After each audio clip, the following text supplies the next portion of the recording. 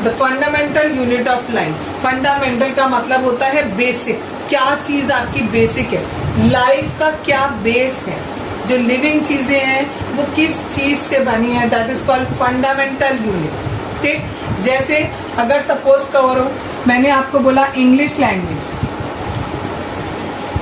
ठीक है, English language का बेस क्या है, अल्फाबेट्स, ये अल्फाबेट से मिलकर बनी है। मैथ्स किससे बनी है, नंबर से बनी है। ठीक, तो इसी तरीके से जो हमारी लिविंग बॉडीज हैं, लिविंग चीजें हैं, लिविंग बीइंग्स हैं, वो किस चीज से बने हैं उसे उसका फंडामेंटल कहते हैं, दैट मीन्स सेल। ठीक है, जो सेल होता है वो लिविंग चीजों का, लिविंग बीइंग्स का क्या होता है, फंडामेंटल होता है, मीन्स उनका बेसिक होता है। यानी बहुत सारे सेल्स को मिलाकर हमारी पूरी लिविंग बॉडी बनती है। ठीक है, और जो नॉन लिविंग होती है वो किससे बनी होती है, एटम से बनी होती है। जो सेल है, इस वर्ड की डिस्कवरी किसने करी थी, रॉबर्ट हुक ने। रॉबर्ट हुक ने इसकी डिस्कवरी करी थी, और जब उसने इसकी डिस्कवरी करी थी, इसने जब माइक्रोस्कोप के नीचे किसी एक ऑब्जेक्ट को देखा तो उसने देखा कि इस तरीके से उसे ऐसे कमरे बने हुए दिखाई दे रहे, छोटे छोटे रूम्स बने हुए दिखाई दे रहे। ठीक है, दिख रहे हैं आपको छोटे छोटे रूम्स कि छोटे छोटे पार्टीशंस बने हुए। ठीक है, इन सभी को इसने नाम दिया सेल। क्यों दिया, क्योंकि सेल जो है वो एक लैटिन वर्ड है, और इस वर्ड का मतलब होता है स्मॉल रूम। स्मॉल की जगह लिटिल रूम एग्जैक्ट मीनिंग है, वो लिखो, लिटिल रूम। ठीक है, तो रॉबर्ट हुक ने जब ये देखा कि किसी भी ऑब्जेक्ट में, जब उसने फंडामेंटल यूनिट चेक करने के लिए चेक किया कि भाई देखे किस चीज से हमारी कोई ऑब्जेक्ट बनी हुई है, तो उसे ऐसे सेम स्ट्रक्चर वहां दिखाई दी, उसको उसने नाम दिया सेल। और ये एक लैटिन वर्ड है, और लैटिन वर्ड, इस लैटिन वर्ड का मतलब क्या होता है, लिटिल रूम होता है, और उसे ऐसा लगा कि ये जो स्ट्रक्चर है वो छोटे छोटे कमरों के जैसा है। ठीक है, जैसे आपने देखा होगा मधुमक्खी के छत्ते में होता है। ठीक है, तो इसलिए उसने उसको नाम दिया सेल। अब एक इम्पॉर्टेंट क्वेश्चन इस पे बनता है कि ये जो सेल होता है, इस सेल को हम structural and functional unit of life कहते हैं। क्यों कहते हैं उसे, क्योंकि कोई भी ऑब्जेक्ट, आप कोई भी लिविंग बॉडी आप ले लो, कोई भी आपने लिविंग बॉडी ली है, सपोज करो कि कोई एक बॉडी है वो इस तरीके से है। ठीक है, ये सब क्या है, इसके सेल्स हैं। सपोज इसमें जो सेल्स हैं वो इस तरीके से जुड़े हुए हैं, तो हम जो इस बॉडी का स्ट्रक्चर बताएंगे वो कैसा बताएंगे, ऐसा स्ट्रक्चर बताएंगे। अगर सपोज करो कि ये जो सेल्स हैं वो इस तरीके से जुड़े हुए, तो यानी इसका स्ट्रक्चर क्या हो गया, ऐसा हो गया। यानी किसी भी बॉडी का जो स्ट्रक्चर है वो किस पे डिपेंड कर रहा है, इन सेल्स के अरेंजमेंट पे डिपेंड कर रहा है। ठीक, दैट्स वाई हम इसको स्ट्रक्चरल यूनिट कहते हैं लाइफ की। अब बात आती है फंक्शनल यूनिट। कोई भी सेल या कोई भी बॉडी जो भी काम करती है वो डिपेंड करता है कि उसमें किस तरीके के सेल हैं। आगे पढ़ोगे आप, सेल बहुत तरीके के होते हैं, हर सेल का अपना अपना काम होता है, लेकिन हमें ये कैसे पता लगेगा कि मतलब कोई भी बॉडी है उसमें जो भी काम हो रहा है, जो भी काम हो रहा है वो काम कौन कर रहा है, सेल कर रहा है। ठीक है, तो that means it is a functional unit, because जो भी काम हो रहा है वो कौन कर रहा है, सेल कर रहा है। दैट्स वाई इसको हम फंक्शनल यूनिट भी कह रहे हैं और इसको हम स्ट्रक्चरल यूनिट भी कह रहे हैं। क्यों, क्योंकि किसी भी बॉडी का जो स्ट्रक्चर है वो भी इसी सेल पे डिपेंड हो रहा है कि ये सेल कैसे अरेंज है। ठीक, और कोई भी बॉडी क्या काम कर रही है वो भी किस चीज पे डिपेंड हो रहा है कि उसमें सेल्स कैसे हैं। तो इसीलिए हम इस सेल को स्ट्रक्चरल एंड फंक्शनल यूनिट कहते हैं। ये बहुत इंपॉर्टेंट है, पेपर में अधिकतर क्वेश्चन आता है। ठीक है, नेक्स्ट है शेप्स ऑफ सेल। ये जो सेल हमने पढ़ा, इस सेल की बहुत तरीके की शेप होती है। कोई तो बिल्कुल सर्कुलर होता है, कोई ओवल शेप में होता है, ठीक है। ओवल शेप का एग्जाम्पल आपका आरबीसी होता है, ठीक। कोई आपका इस पे स्प्लिंडल शेप होता है, इस तरीके का बना होगा, बीच में न्यूक्लियस होगा। कोई ये शेप हो गया, ये सेल हो गया। एक हमारा होता है नर्व सेल। नर्व सेल में कैसे इस तरीके का कुछ स्ट्रक्चर बना होता है, बीच में न्यूक्लियस होता है, ठीक है। यहाँ से डेंड्राइट्स निकले होते हैं कॉर्नर पे से, और यहाँ पर एक एक्सियन होता है, ठीक। और यहाँ पर ये लास्ट में ऐसे पतले पतले धागे से निकले होते हैं, ठीक है। ये हमारा पूरा नर्व सेल होता है, ठीक। तो इस तरीके से जो हमारे सेल्स होते हैं उनकी अलग अलग शेप्स होती हैं। आपकी बुक में दी हुई है शेप्स, बस कभी कभी पूछा जा सकता है कि कौन से शेप का है, तो आपकी बुक में दिया हुआ है, उसको आप रीड कर लेना एक बार, ठीक है। अब मैं आपको बताया कि ऑर्गेनिज्म जो होते हैं, ऑर्गेनिज्म दो तरीके के होते हैं, एक यूनिसेल्युलर और एक मल्टी सेल्युलर। अगर हमारा कोई भी ऑर्गेनिज्म है और वो ऑर्गेनिज्म केवल एक सेल से मिलकर बना हुआ है, ठीक है, एक ही सेल से बना हुआ है, मिलकर बनने के तो मतलब ही नहीं है, क्योंकि एक ही सेल है। एक सेल से अगर हमारा कोई ऑर्गेनिज्म बना है तो उसे हम यूनिसेल्युलर ऑर्गेनिज्म कहते हैं, ठीक। फॉर एग्जाम्पल आपका अमीबा हो गया, पैरामीशियम हो गया, ठीक, यूग्लिना हो गया, ये सब हमारे unicellular. Multi cellular, multi cellular का मतलब कि एक से ज्यादा तरीके के सेल से बना हुआ, ठीक। तो उसे हम क्या कहेंगे, मल्टी सेल्युलर कहेंगे। इसके एग्जाम्पल एनिमल्स हो गए, प्लांट्स हो गए, ये इसके एग्जाम्पल, ठीक। कभी कभी एक डिफरेंस लिखने को आ जाता है यूनिसेल्युलर और मल्टी सेल्युलर में, कोई दो आप वो बताओ, डिफरेंस बताओ। तो यूनिसेल्युलर में आपने लिख दिया कि it is made up of one cell, ठीक। और यहाँ पर लिख दिया it is made up of more than one type of cell. यहाँ पर एग्जाम्पल आपका अमीबा, यीस्ट, यूग्लिना, और यहाँ पर आपने दे दिया plants and animals. The fundamental unit of life. Fundamental unit क्या होती है ये मैं आपको कल ही बता चुकी हूँ, ठीक है, कि हम सेल को फंडामेंटल यूनिट कहते हैं। कुछ मेन बातें हैं। Cell were first discovered by Robert Hooke in 1665, ठीक। रॉबर्ट हुक ने सबसे पहले सेल की डिस्कवरी करी थी, और वो कौन से ईयर में करी थी, 1665 में। ये सारे एक एक नंबर में एमसीक्यू में पूछ सकते हैं क्वेश्चंस, इसलिए बता रही हूँ। नेक्स्ट है Leeuwenhoek discovered the free living cell in pond water in 1674।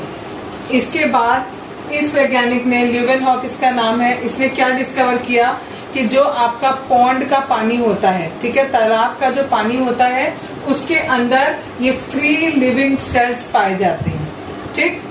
इन 1674 में इसने डिस्कवरी करी। Robert Hooke discovered the nucleus in the cell in 1831। Sorry, Robert Hooke बोल दिया, Robert Brown discovered the nucleus in the cell in 1831। यानी cell के अंदर बीच में एक न्यूक्लियस होता है, इस चीज की डिस्कवरी किसने करी, रॉबर्ट ब्राउन ने करी। न्यूक्लियस क्या होता है, क्या नहीं होता है, क्या फंक्शन करता है, ये आगे बढ़ेंगे। नेक्स्ट है Purkinje coined the term protoplasm for the fluid substance in 1839। Cell के अंदर जितना भी फ्लूइड सब्सटेंस होता है, यानी फ्लूइड मीन्स जो लिक्विड जैसा सब्सटेंस होता है, उसको इस पुरकिंजे ने नाम दिया क्या, प्रोटोप्लाज्म। यानी सेल है अगर ये, इसके अंदर जितना भी फ्लूइड पोर्शन है, फ्लूइड सब्सटेंस है, उस सब्सटेंस को हम क्या कहते हैं, प्रोटोप्लाज्म कहते हैं, ठीक। नेक्स्ट है सेल थ्योरी। ये सब डिस्कवरीज हो रही थी, उसी में एक आई, that is cell theory. Cell theory होती क्या है, all plants and animals are composed of cells and that the cell is basic unit of life. That's why, क्या बोला, जितने भी प्लांट्स और एनिमल्स हैं, सारे के सारे, सब के सब किससे बने हैं, सेल से बने हैं। ये क्या है, ये सेल थ्योरी बताई वैज्ञानिकों ने इसको, कि जितने भी प्लांट्स और एनिमल हैं, सब के सब सेल से मिलकर बने हुए हैं, इसीलिए हम सेल को बेसिक यूनिट कहते हैं लाइफ की, ठीक। नेक्स्ट है cell theory was expanded by Virchow. जो ये सेल थ्योरी थी, इसी को आगे ये विर्चॉव नाम के वैज्ञानिक थे, इन्होंने आगे एक्सपेंड किया और भी कुछ बात बताई। क्या बात बताई, cell arises from pre existing cells. यानी जो सेल्स होते हैं वो जो पुराने सेल्स होते हैं उन्हीं से बनते हैं, ठीक है। सपोज करो कोई एक सेल है किसी बॉडी में, तो क्या होगा, जो नया सेल बनेगा वो उन्हीं सेल से, जो पहले से एग्जिस्टेड सेल है बॉडी में, उन्हीं से नए नए सेल बनेंगे। नेक्स्ट है टाइप्स ऑफ ऑर्गेनिज्म। दो तरीके के ऑर्गेनिज्म कल बताए थे, यूनिसेल्युलर एंड मल्टीसेल्युलर। यूनिसेल्युलर कौन से, जो मेडअप ऑफ सिंगल सेल से बने, उनके एग्जाम्पल अमीबा और बैक्टीरिया। मल्टीसेल्युलर जिसमें एक से ज्यादा सेल्स हो, जैसे फंगी, प्लांट्स, एनिमल्स। अब shape and size of cell are different according to the kind of function they perform. कह रहे हैं जो सेल का शेप और साइज होता है वो चेंज होता रहता है, अलग अलग होता है अकॉर्डिंग टू देयर फंक्शन। जो उनका फंक्शन होगा उसके हिसाब से उनका शेप और उनका साइज होगा सेल्स का।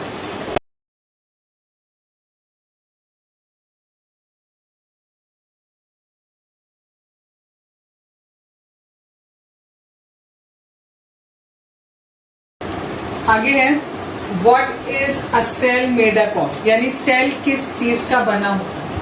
There are 3 features in almost every cell. हर सेल में ये 3 फीचर्स होते ही होते हैं, plasma membrane, nucleus and cytoplasm. इसके अलावा भी और चीजें हो सकती हैं, बट ये तीनों होते ही हैं, यानी सेल जो है वो इनसे मिलकर बनता है। नेक्स्ट है, इसी में सबसे पहले आपको बता रही हूँ प्लाज्मा मेम्ब्रेन क्या होता है, वो क्या काम करता है। प्लाज्मा मेम्ब्रेन जो है वो outermost covering of cell होती है that separates the content of cell from its external environment. Just suppose ये एक सेल है, ये इसके अंदर का कंटेंट है, ठीक है, और ये बाहर का एनवायरनमेंट। तो बाहर के एनवायरनमेंट को सेल के अंदर के कंटेंट से कौन अलग कर रहा है, ये। इस मेम्ब्रेन को हम क्या कहेंगे, प्लाज्मा मेम्ब्रेन, ठीक है।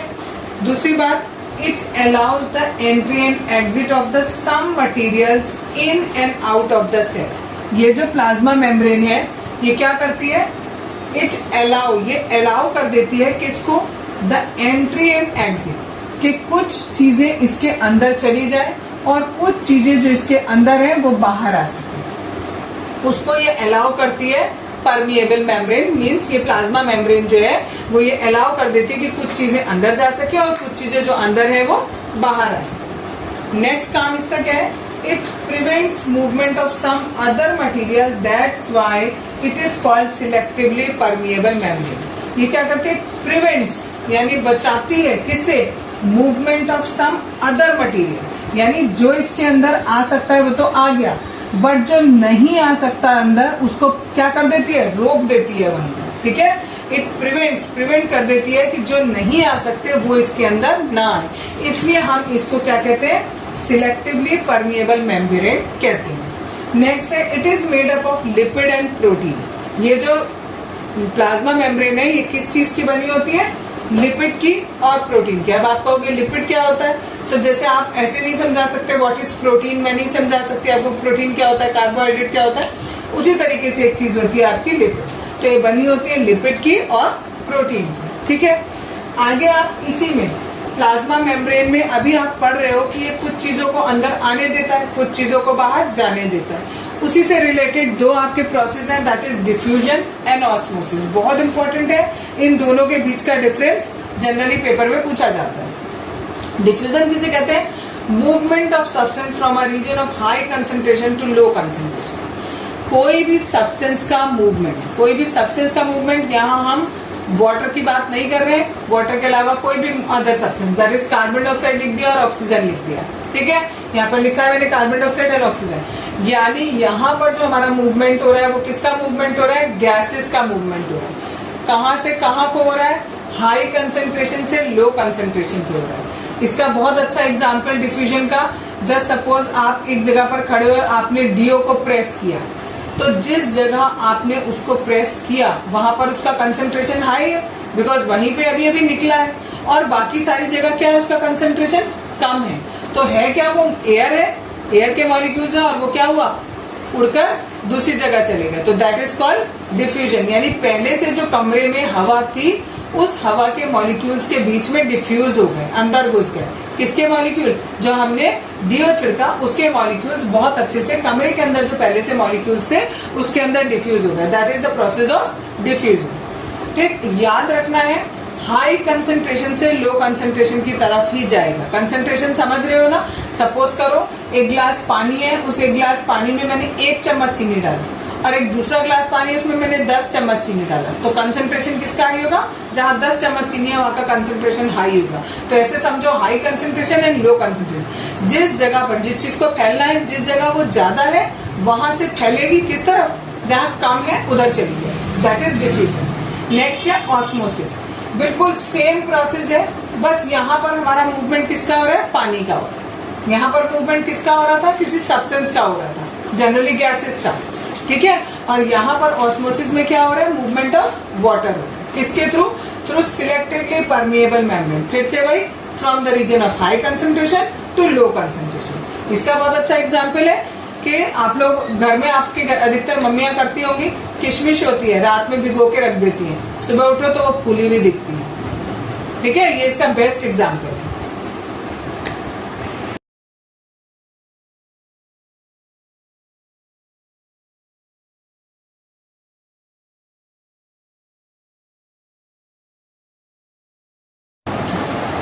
कल आपका ऑस्मोसिस हो गया था, डिफ्यूजन हो गया था।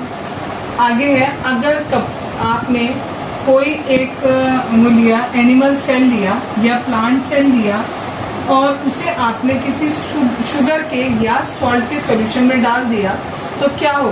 तो 3 केसेस हो सकते हैं बच्चा। फर्स्ट इज हाइपोटोनिक, हाइपरटोनिक और आइसोटोनिक। ये 3 तरीके के सॉल्यूशन हमारे बन सकते हैं। If the medium surrounding the cell has a higher water concentration, just suppose कि आपने ये कोई एक मीडियम लिया, मीडियम का मतलब आपने जिस चीज के अंदर अपना सेल डाला है वो, ठीक है, जो हम आपको कह रहे थे भाई कि शुगर सॉल्यूशन है, सॉल्ट सॉल्यूशन है, वो आपने लिया, ठीक। इन्होंने कहा if the medium surrounding the cell, इसके अंदर हमने डाल दिया सेल, ठीक। इस सेल के सराउंडिंग कहाँ पर? ये चारों तरफ, यहाँ पर has a higher water concentration. इस जगह पर पानी का कंसंट्रेशन ज्यादा है in comparison to this cell, ठीक है। अगर इसके अंदर पानी का कंसंट्रेशन कम है और यहाँ पानी का कंसंट्रेशन ज्यादा है तो ऑब्वियसली ज्यादा से कम की तरफ फ्लो करेगा, तो the cell will gain water. Cell के अंदर पानी चला जाएगा, कौन से प्रोसेस से? बाय ऑस्मोसिस से। इस तरीके से जो हमारा सॉल्यूशन बनता है उसे हम क्या कहते हैं?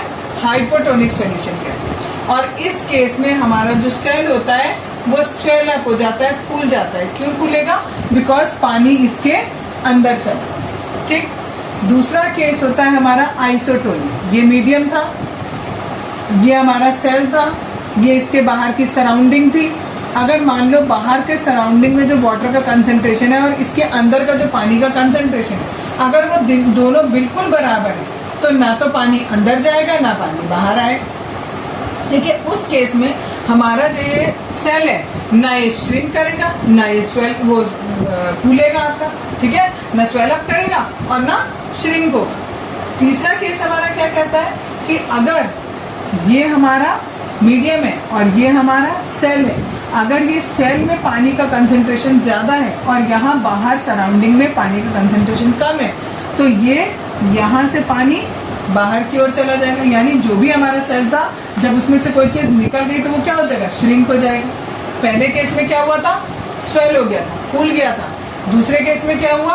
कुछ भी नहीं हुआ, सेम साइज रहा। और तीसरे केस में क्या हो गया कि हमारा पानी कहाँ निकल के बाहर चला, ठीक है। तो हमारा जो सेल का साइज है वो श्रिंक हो गया।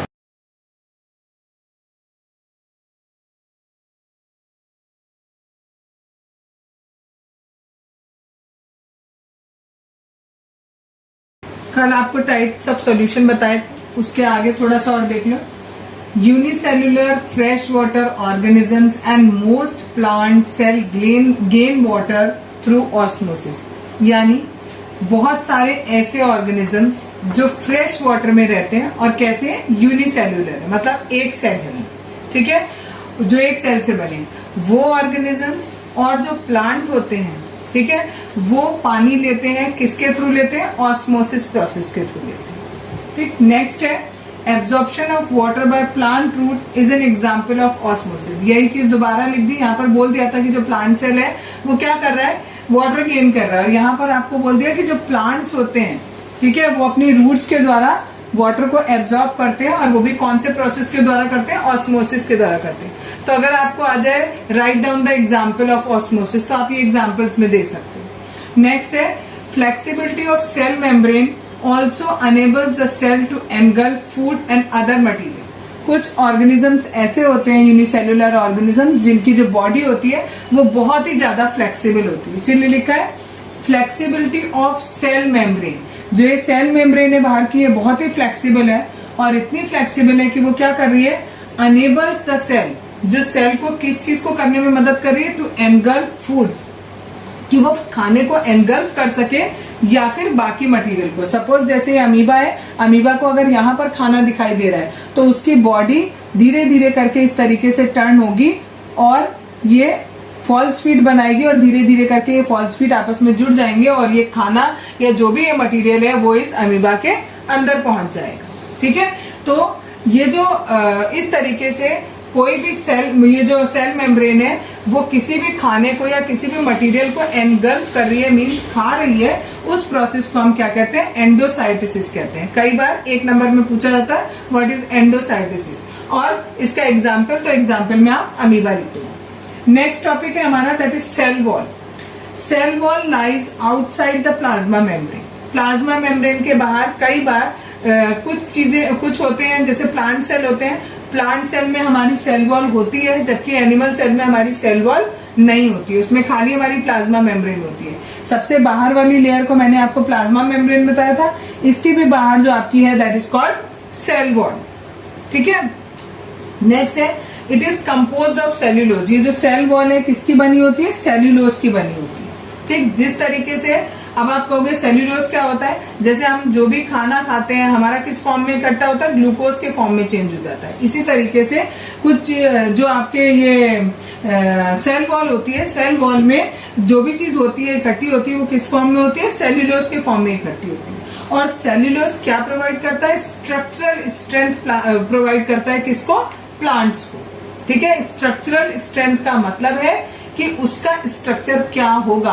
पेड़ होता है आपका, पेड़ किस तरीके से, ये ब्रांचेस हैं, ठीक है, अगर इन ब्रांचेस में ताकत नहीं होगी, स्ट्रेंथ नहीं होगी, तो ये क्या ऐसे खड़े रहेंगे, नहीं, नीचे के नीचे लटक जाएंगे।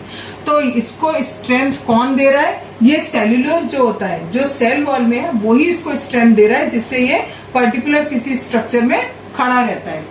नेक्स्ट टॉपिक है when a living plant cell loses water through osmosis. अगर कोई प्लांट सेल पानी को लूज कर रहा है, ठीक, यानी उसमें से पानी निकल रहा है, तो क्या होगा, वहां पर वो जो सेल होगा वो कैसा हो जाएगा, श्रिंक हो जाएगा।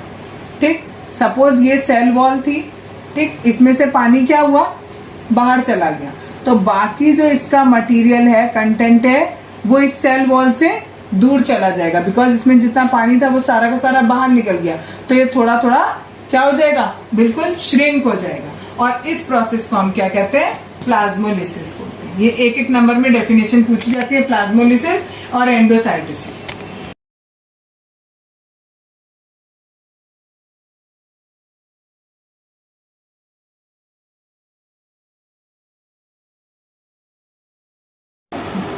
आज बताऊंगी न्यूक्लियस। जनरली जो हमारा सेल होता है, उस सेल के बीच में एक पार्ट होता है that is called nucleus. It has double layered covering called nuclear membrane. अगर सपोज ये सेल है, इस सेल के अंदर हमारा ये न्यूक्लियस है, इस न्यूक्लियस के ऊपर ये डबल लेयर बनी होती है, उसको हम क्या कहते हैं, न्यूक्लियर मेम्ब्रेन कहते हैं।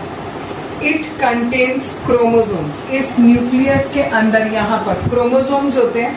क्रोमोसोम्स एग्जैक्टली क्या होते हैं, पतले पतले धागे टाइप की स्ट्रक्चर होती है, विच कंटेन्स इंफॉर्मेशन, जिनमें कौन सी इंफॉर्मेशन रहती है, फॉर इनहेरिटेंस। इनहेरिटेंस का मतलब होता है कि अपने माँ बाप के गुण बच्चों में आना, उसे इनहेरिटेंस कहते हैं। तो ये जो क्रोमोसोम्स होते हैं, ये किसके अंदर होते हैं, न्यूक्लियस के अंदर होते हैं, जिनमें कौन सी इंफॉर्मेशन होती है, inheritance of feature of parents in the form of DNA. DNA के फॉर्म में उनमें सारी इंफॉर्मेशन होती है और वो इंफॉर्मेशन आगे बच्चों में कैसे जाएगी, ये किसके थ्रू होता है? क्रोमोसोम्स के द्वारा होता है। नेक्स्ट है functional segments of DNA are called genes. ये जो डीएनए मैंने आपको बताया, इस डीएनए में दो पार्ट होते हैं। आपका जो एक पार्ट होता है उसको हम जीन्स कहते हैं। कौन से पार्ट को?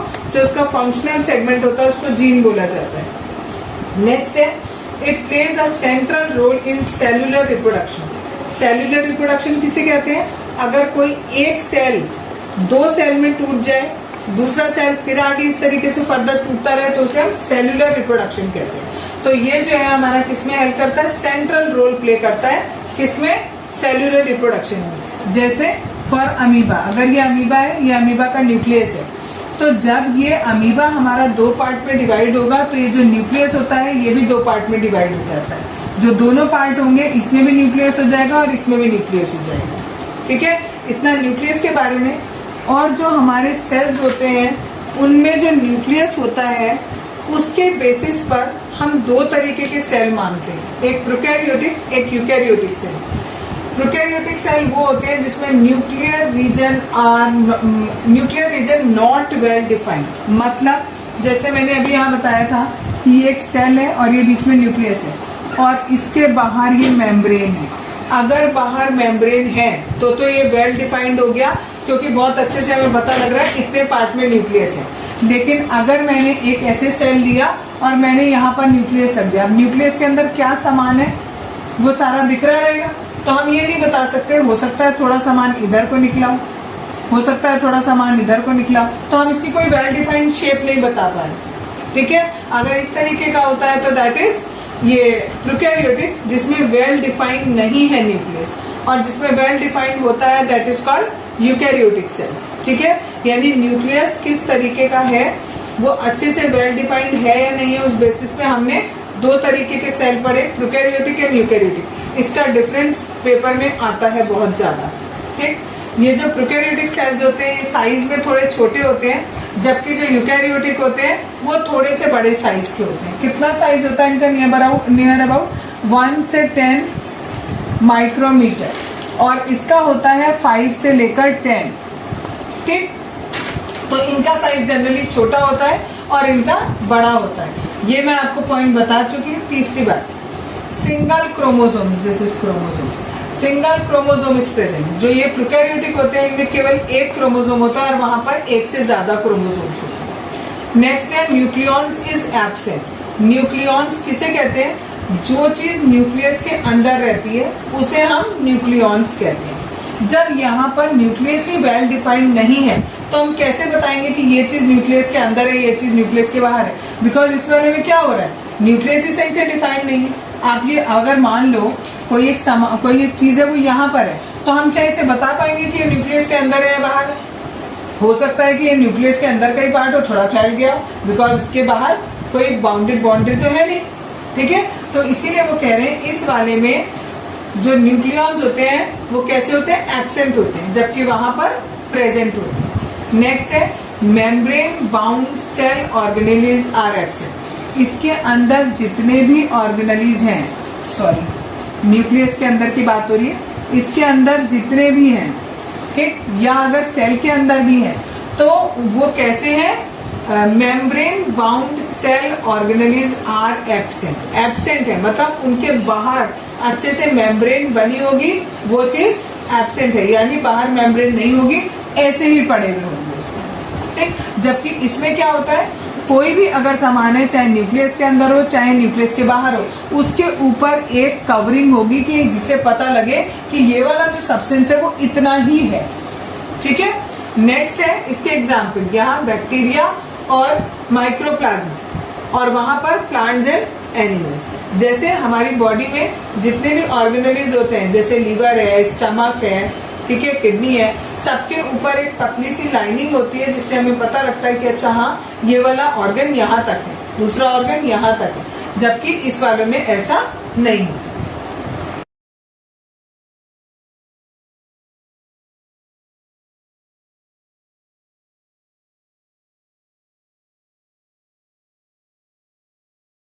आज बताऊंगी cytoplasm. It is a fluid content inside the plasma membrane. ठीक है, जो भी हमारी प्लाज्मा मेम्ब्रेन थी उसके अंदर जितना भी हमारा फ्लूइड यानी लिक्विड टाइप का जो कंटेंट होता है उसको हम क्या कहते हैं, साइटोप्लाज्म कहते हैं। ये हमारा सेल था, इस सेल के बाहर की लेयर को हम प्लाज्मा मेम्ब्रेन कह रहे थे। इसके अंदर जितना भी फ्लूइड उसको हम क्या बोलेंगे, साइटोप्लाज्म बोलेंगे। दूसरी बात इसकी, it contains many specialised cell organelles. इस साइटोप्लाज्म के अंदर बहुत सारी सेल ऑर्गेनेलीज होती हैं। ठीक है, हर सेल ऑर्गेनेली का एक कुछ खास काम होता है। नेक्स्ट है, कुछ ऑर्गेनेलीज ऐसी होती हैं जिनके बाहर मेम्ब्रेन होती है और कुछ ऐसी होती हैं जिनके बाहर मेम्ब्रेन नहीं होती। ये देखो, ये कोई एक सेल ऑर्गेनेली है और ये ऐसे ही सेल के अंदर है, इसके ऊपर कोई बाहर में बाउंड्री नहीं है। ठीक है, तो ये जो मेम्ब्रेन होती है या नहीं होती है, इस मेम्ब्रेन का एक स्पेसिफिक सिग्निफिकेंस होता है, यानी महत्व होता है। इस मेम्ब्रेन का ये महत्व होता है, फॉर एग्जाम्पल आपको लेके बताया है वायरस। वायरसेस में ये वाली मेम्ब्रेन नहीं होती है। ठीक है, और क्योंकि इसमें ये मेम्ब्रेन नहीं होती है इसलिए ये लाइफ का कैरेक्टरिस्टिक्स नहीं दिखाते, मतलब हमें कैसे रखते हैं, नॉन लिविंग होते हैं। ठीक, लेकिन जैसे ही ये वायरस किसी ह्यूमन बॉडी में जाते हैं या लिविंग बॉडी में, कोई भी लिविंग बॉडी में जाएंगे तो वो किसकी तरह बिहेव करने लगते हैं, लिविंग की तरह बिहेव करने लगते हैं, केवल इस मेम्ब्रेन की वजह से।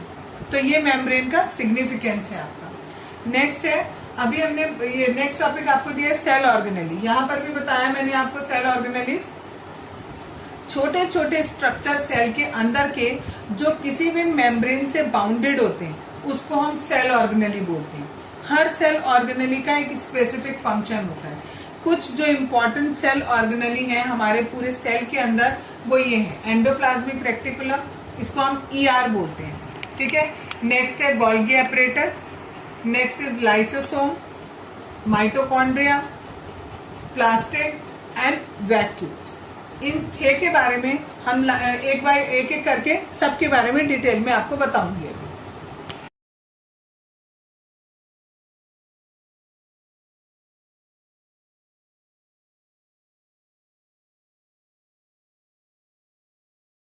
आज बताऊंगी एंडोप्लाज्मिक रेटिकुलम, ER इसको हम बोलते हैं।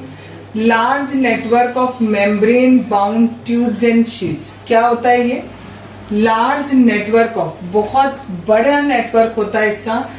मेम्ब्रेन बाउंड ट्यूब्स होती हैं जिनके बाहर कोई मेम्ब्रेन होती है या पूरी की पूरी शीट्स होती हैं और उन शीट्स पर बाहर एक मेम्ब्रेन होती है। जैसे मैंने आपको बताया था सेल के बाहर मेम्ब्रेन होती है, प्लाज्मा मेम्ब्रेन। ठीक है, उसी तरीके से ट्यूब्स होती हैं या शीट्स होती हैं, उनके बाहर भी आपकी एक मेम्ब्रेन होती है और उनको हम क्या कहते हैं, ER कहते हैं। ठीक है, नेक्स्ट है, its structure is same as plasma membrane. बिल्कुल इसका स्ट्रक्चर किसके जैसा होता है, प्लाज्मा मेम्ब्रेन के जैसे ही होता है।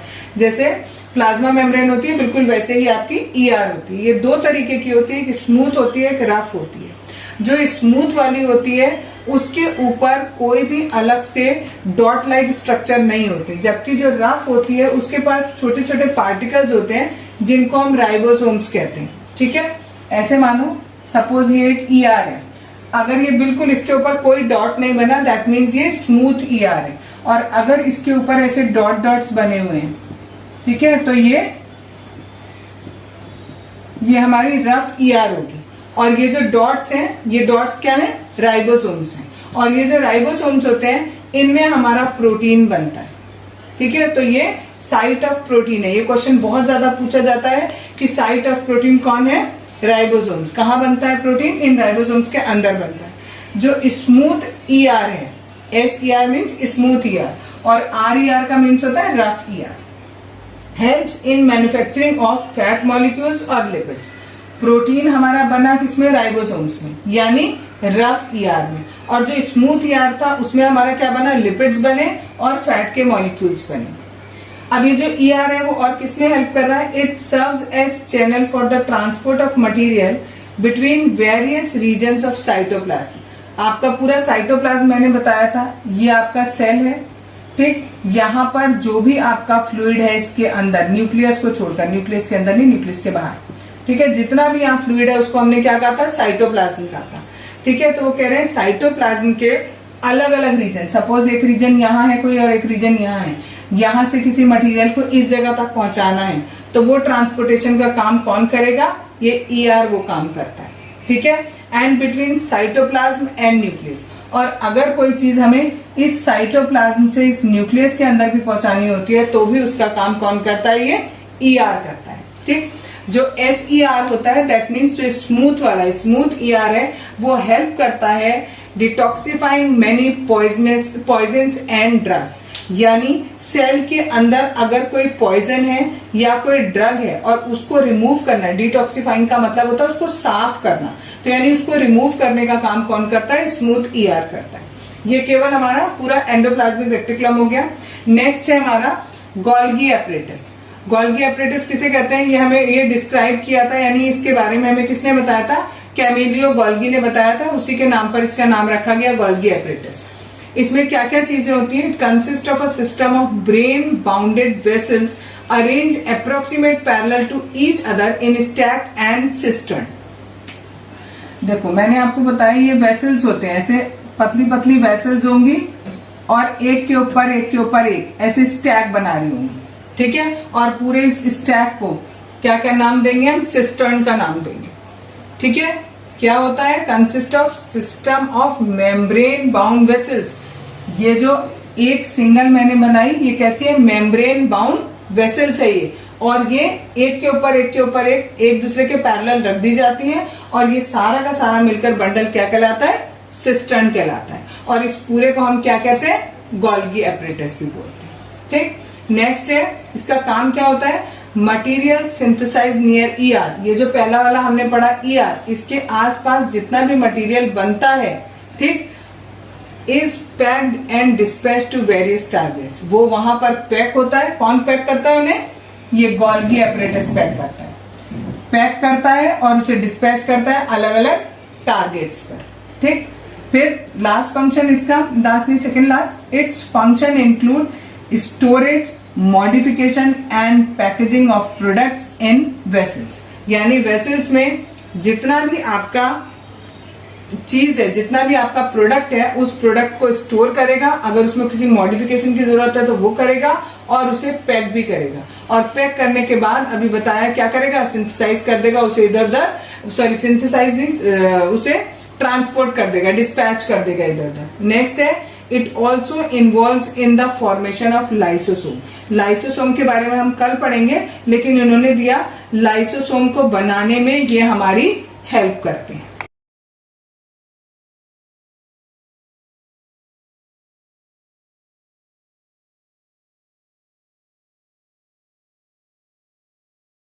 आज बताऊंगी माइटोकॉन्ड्रिया। माइटोकॉन्ड्रिया क्या होता है, इसको हम पावर हाउस कहते हैं सेल का, क्योंकि जितना भी सेल काम करता है उस काम करने के लिए जो एनर्जी चाहिए होती है वो उसे इसी से मिलती है, माइटोकॉन्ड्रिया से। जितनी भी एनर्जी मिलती है वो एटीपी के फॉर्म में मिलती है। एटीपी इज एडेनोसिन ट्राइफॉस्फेट इसे कहते हैं। जिस तरीके से अगर हम कहते हैं हमारे पास रुपए हैं, ठीक है, पैसे हैं, तो हम उसे कैसे, रुपए और पैसे हमारी करेंसी हो गई। इसी तरीके से जो एनर्जी की करेंसी है यहाँ पर वो एटीपी है। जितनी भी एनर्जी हमें मिल रही है वो एटीपी के फॉर्म में मिल रही है, इसलिए हम एटीपी को एनर्जी करेंसी भी कहते हैं। माइटोकॉन्ड्रिया में दो मेम्ब्रेन होती है, जो बाहर वाली मेम्ब्रेन होती है उसमें थोड़े छेद छेद होते हैं, जबकि जो इनर वाली होती है वो डीप फोल्डेड होती है, यानी उसके अंदर बहुत सारे फोल्ड होते हैं। माइटोकॉन्ड्रिया के पास अपना खुद का डीएनए और राइबोसोम होता है, और क्योंकि हमें पता है राइबोसोम में प्रोटीन बनता है, तो दैट्स वाई यहाँ पर अपना खुद का प्रोटीन वो माइटोकॉन्ड्रिया बना सकता है। Next topic is plastids. Plastids जो है वो हमें प्लांट सेल में मिलते हैं खाली, ये एनिमल सेल में एब्सेंट होते हैं। दो तरीके के होते हैं प्लास्टिड, एक क्रोमोप्लास्ट है जो कि कलर्ड होते हैं, और जो ल्यूकोप्लास्ट है वो कलरलेस होते हैं। कलर वाले में आपको ग्रीन कलर, येलो कलर और भी कलर के मिल जाते हैं, और जो ल्यूकोप्लास्ट होते हैं वो कलरलेस होते हैं, जनरली व्हाइट या ट्रांसपेरेंट होते हैं। इट कंटेन्स, इट किसके लिए यूज किया है, प्लास्टिड के लिए। Plastid containing pigments chlorophyll known as chloroplast. यानी ये जो प्लास्टिड होता है इसके अंदर एक चीज होती है क्लोरोफिल, जो किसके अंदर रहती है, क्लोरोप्लास्ट के अंदर रहती है। प्लास्टिड के अंदर होता है क्लोरोप्लास्ट, उस क्लोरोप्लास्ट के अंदर होता है क्लोरोफिल। ठीक है, ये क्या क्या चीज स्टोर करके रखता है? स्टार्च, ऑयल, प्रोटीन ग्रैन्यूल्स, ये सारी चीजें ये स्टोर करके रखता है म्यूकोप्लास्ट। और इसके पास भी खुद का डीएनए और राइबोसोम होता है। ठीक, लास्ट टॉपिक है दैट इज वैक्यूल। वैक्यूल में क्या बताया आपको? दे आर स्टोरेज सेट, ये स्टोर करने के काम आते हैं। जो भी चीज हमारी सेल के अंदर बनी होती है, चाहे वो लिक्विड फॉर्म में हो या फिर वो सॉलिड फॉर्म में हो, तो वो उसको स्टोर करने के काम आते हैं। ठीक है, they are of small size. ये जनरली एनिमल सेल में छोटे छोटे होते हैं, जबकि प्लांट सेल में जो वैक्यूल्स होते हैं वो बड़े बड़े होते हैं। प्लांट सेल में जितने भी वैक्यूल होते हैं, ठीक है, वो पूरे प्लांट सेल को टर्जिडिटी और रिजिडिटी देते हैं। टर्जिडिटी और रिजिडिटी का मतलब है मतलब एक स्टिफनेस देते हैं, टाइट एकदम रहता है उसकी वजह से plant cell. They store amino acid, sugar, various organic acids and some protein. ये सब चीजों को स्टोर करके रखते हैं।